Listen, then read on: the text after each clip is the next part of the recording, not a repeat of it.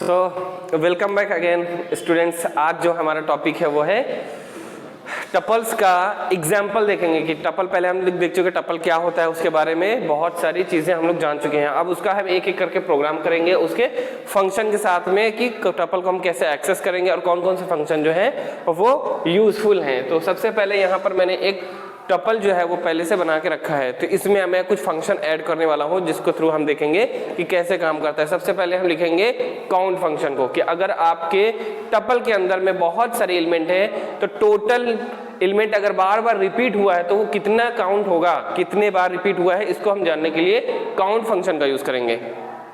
सो ये है हमारा पहला फंक्शन जो कि काउंट है। यहाँ पर मैंने प्रिंट फंक्शन के अंदर में ही t.count नाम का फंक्शन यूज किया है और मैंने उसके अंदर में पैरेंथेसिस में पास किया है 2।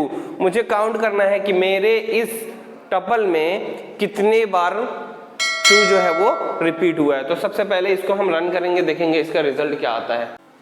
तो इसको हमने रन किया, रन करने के बाद देखा कि हमारा जो 2 है वो कितनी बार रिपीट हुआ है, ओनली वंस, है कि नहीं। और इस तरह से अगर मैं यहाँ पर चेंज करूँ, जो भी मुझे एलिमेंट को देखना है कि वो कितनी बार हमारे टपल में रिपीट हुआ है, ये देखने के लिए हम यहाँ काउंट वाले फंक्शन के अंदर में वो एलिमेंट पास करते हैं। अब हम देखेंगे कि 5 कितने बार यहाँ पर हुआ है। तो 5 यहाँ पर मैं लिख दूंगा और उसके बाद इसको रन करूंगा। तो ये देखिए हमारा 5 जो है वो कितनी बार रिपीट हुआ है, 5 टाइम रिपीट हुआ है। यानी कि एक ही टपल के अंदर में वो कितनी बार आ रहा है, 5 टाइम आ रहा है। तो इसलिए ये होता है काउंट फंक्शन जिसका हम यूज करते हैं पार्टिकुलर एलिमेंट को कितनी बार रिपीट हुआ है ये देखने के लिए। अब एक दूसरा फंक्शन है उसको भी हम यूज करेंगे, वो है लेन फंक्शन। लेन फंक्शन किस तरह से होगा, यहाँ पर हम लेंथ को काउंट करेंगे। लेंथ को देखने के लिए हम यहाँ पर लिखेंगे len, ये फंक्शन है और ब्रैकेट देंगे, उसके बाद में उसके अंदर में पास कर देंगे अपना टपल, उसके अंदर में पास करेंगे टपल। इस टपल का लेंथ कितना है, कितने एलिमेंट इसमें है टोटल, ये जानने के लिए हम लेन फंक्शन का यूज करते हैं। और उसके बाद में इसको अगर रन करेंगे हम तो ये टोटल जो हमारा 12 एलिमेंट है। टपल के अंदर में कितने एलिमेंट है, 12 एलिमेंट है। तो यहाँ पर वो शो हो रहा है कि यहाँ पर आपका 12 एलिमेंट है। अब उसी तरह से एक और फंक्शन है, उसका भी हम देख लेते हैं क्या रिजल्ट आता है। एक होता है मैक्स, दूसरा है मिन। ये हम 2 फंक्शन का यूज करेंगे मैक्सिमम और मिनिमम को फाइंड करने के लिए। अभी मैं टपल के अंदर क्या कोई भी चीज मैक्सिमम या मिनिमम फाइंड नहीं कर रहा हूं, मैंने मैक्स के अंदर में खुद एक वैल्यू दिया है। इसके बारे में हम जानेंगे कि इनमें से कौन जो है मैक्सिमम है, ये देखने के लिए मैं इसको रन करूंगा। जब रन करूंगा तो इसमें सबसे जो ज्यादा यानी मैक्सिमम जो वैल्यू है वो है 45, यहाँ पर देख लो। इसी तरह से हम टपल के अंदर में हमारा मैक्सिमम कौन सा होगा ये भी देखेंगे। अब इसके अंदर में मुझे सिर्फ t पास कर देना है, यानी कि हम किसके अंदर में टपल का जितना मैक्सिमम होगा वो हमको देखना है। उसके बाद इसको हम रन करेंगे तो देखो यहाँ पर 95 सबसे ज्यादा मैक्सिमम कौन है, 95 है। तो यहाँ पर मैक्सिमम निकल रहा है। अगर मिनिमम मुझे जानना हो कि इसका मिनिमम क्या है वैल्यू, तो उसके लिए हम इसी में देखेंगे min, ये होता है फंक्शन मिनिमम के लिए। इसको रन करेंगे तो यहाँ पर 1 जो है वो सबसे मिनिमम वैल्यू है टोटल एलिमेंट्स में से। अब उसी तरह से आप अगर चाहो तो जो अभी इंटीजर वाला वैल्यू कंपेयर कर रहे हो वैसे ही आप स्ट्रिंग को भी कर सकते हो। स्ट्रिंग में हम देखते हैं एक और टपल बनाएंगे t1 नाम से, और इसमें मैंने क्या किया है कि पैरेंथेसिस लगा के कुछ नाम, कुछ किसी के नेम जो है वो इंटर कर दूंगा। तो यहाँ पर मैंने कुछ स्टूडेंट्स के नाम जो है वो यहाँ पर रख दिए हैं, डबल कोटेशन के अंदर में 4 हैं। मैं इसको पास करूंगा अब t1 को। अब देखते हैं इसमें मैं जो मिनिमम है उसको मैं फाइंड आउट करूंगा मिनिमम को और रन करूंगा।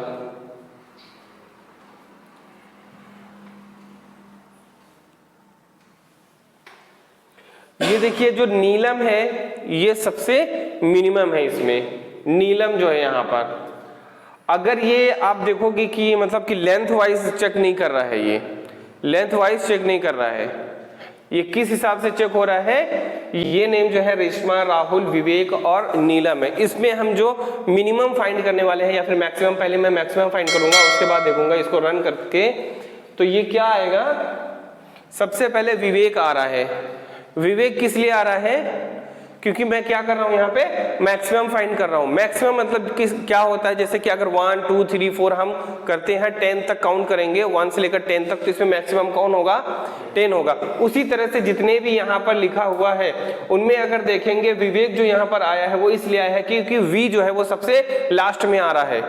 इनमें से जो भी है पहला वाला लेटर वो वी जो है उसके बाद में आता है, पहले नहीं आता है, इसलिए वो क्या है, मैक्सिमम में।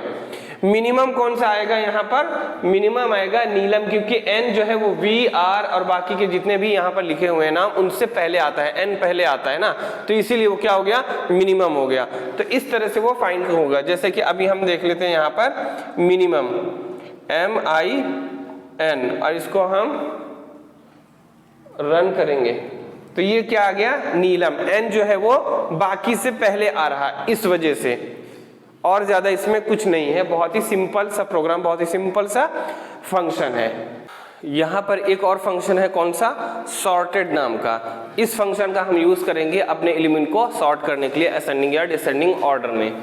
तो इसको अगर रन करेंगे, इसको हम रन करेंगे तो देखो जो नीलम है वो सबसे पहले आ गया, उसके बाद में आ गया राहुल, उसके बाद में रेशमा, उसके बाद में आता है विवेक, है ना। तो ये क्या असेंडिंग ऑर्डर में है, सॉर्टेड, है ना, असेंडिंग ऑर्डर में आ गया ना, ये सॉर्टेड ऑर्डर है इसका।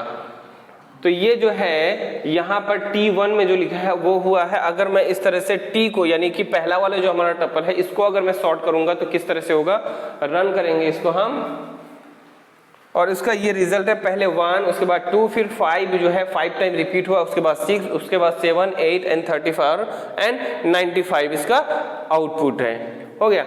अब इसके बाद में एक और फंक्शन है, उसको भी देख लेते हैं। इस बार इंडेक्स को देखने वाले हैं। इंडेक्स क्या करता है, यहाँ पर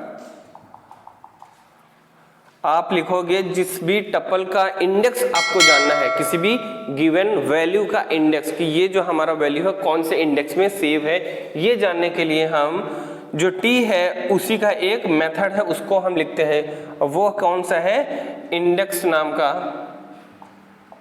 नाम का ये यहाँ पर मेथड है।